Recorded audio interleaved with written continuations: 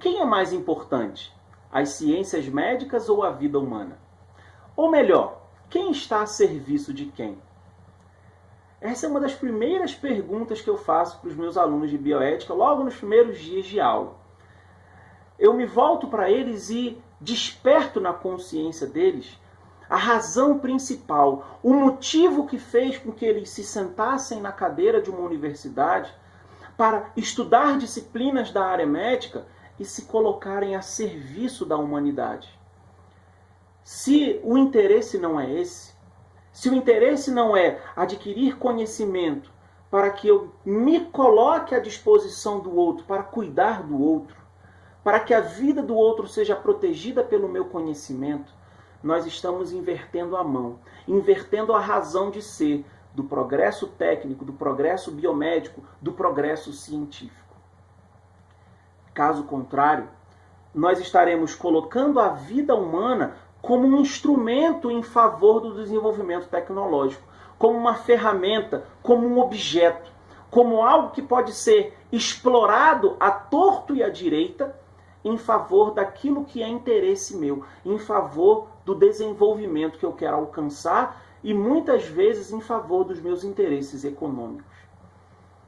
Se o fim último não for o homem, aquilo tem algo que eticamente está comprometido. Existe uma frase muito interessante que diz o seguinte, presta atenção. O progresso técnico deve ser controlado e acompanhar a consciência da humanidade sobre os efeitos que eles podem ter no mundo e na sociedade, para que as novas descobertas e as suas aplicações não fiquem sujeitas a todo tipo de interesse. Portanto, queridos, o progresso ele não é um mal em si mesmo, mas ele deve ser sempre relativo ao homem. Um progresso só é progresso de verdade se ele alcança o seu fim, ou seja, gerar benefício para o homem, gerar benefício para a vida humana. Por isso ele precisa ser controlado. Uma vez que a consciência da humanidade descobre que o efeito de um determinado tratamento, de um determinado medicamento, de uma determinada ferramenta, de um determinado acesso cirúrgico é maléfico para a vida humana, a ponto de desequilibrar os fins e os meios, ele precisa ser suspenso. Ele não pode mais ser exercido. Quando os riscos superam os benefícios, a vida humana começa a se tornar um instrumento da ciência. E ela não pode jamais ser. Você vai dizer, Renato, você está errado, porque eu conheço muitas pesquisas que os homens são ali colocados como cobaias, os homens são alvo da experimentação. De fato, praticamente todas as pesquisas na área médica, você tem ali homens e animais sendo experimentados, não é assim? Só que tem um detalhe. Quando alguém vai ser convidado a participar de uma pesquisa médica, o fim último da pesquisa não é a pesquisa, é o homem. Tanto que ele precisa ser ali exaustivamente esclarecido, indenizado, respaldado, cuidado, para que aquela pesquisa ofereça àquelas pessoas que vão participar todo tipo de proteção que a pessoa precisa para que ela não seja explorada. Inclusive, isso passa por um comitê de ética. Uma das coisas que a gente mais exige lá no comitê de ética, quando nós estamos em reunião, é justamente as minúcias do consentimento livre e esclarecido, que é esse documento que todas as pessoas que vão participar de pesquisa precisam ler, entender e consentir. Inclusive, se for menor de idade, nem é termos de consentimento livre e esclarecido.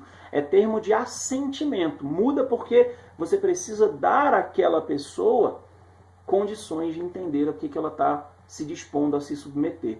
Depois eu vou gravar um vídeo falando um pouquinho sobre essa questão do consentimento. Portanto, queridos, quando se trata de progresso, nós não devemos ser contra o progresso científico e tecnológico. Muito pelo contrário. O que seria da humanidade se a medicina não avançasse? No entanto, esse avanço não é a qualquer custo. Ele precisa estar sempre apontado para o bem do homem. Por quê? Nem tudo que é possível ser feito é bom. E esse pensamento precisa acompanhar a evolução da ciência.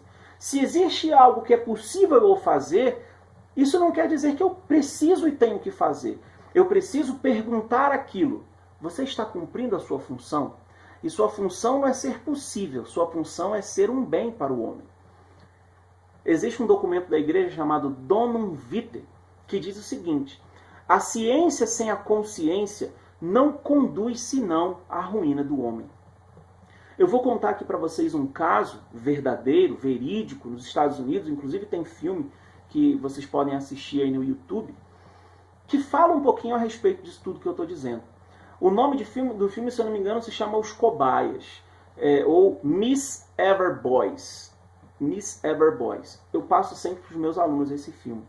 Esse filme conta a história de negros que foram durante 40 anos investigados e explorados no desenvolvimento da sífilis, para que os médicos comparassem se o desenvolvimento da doença era igual entre negros e brancos.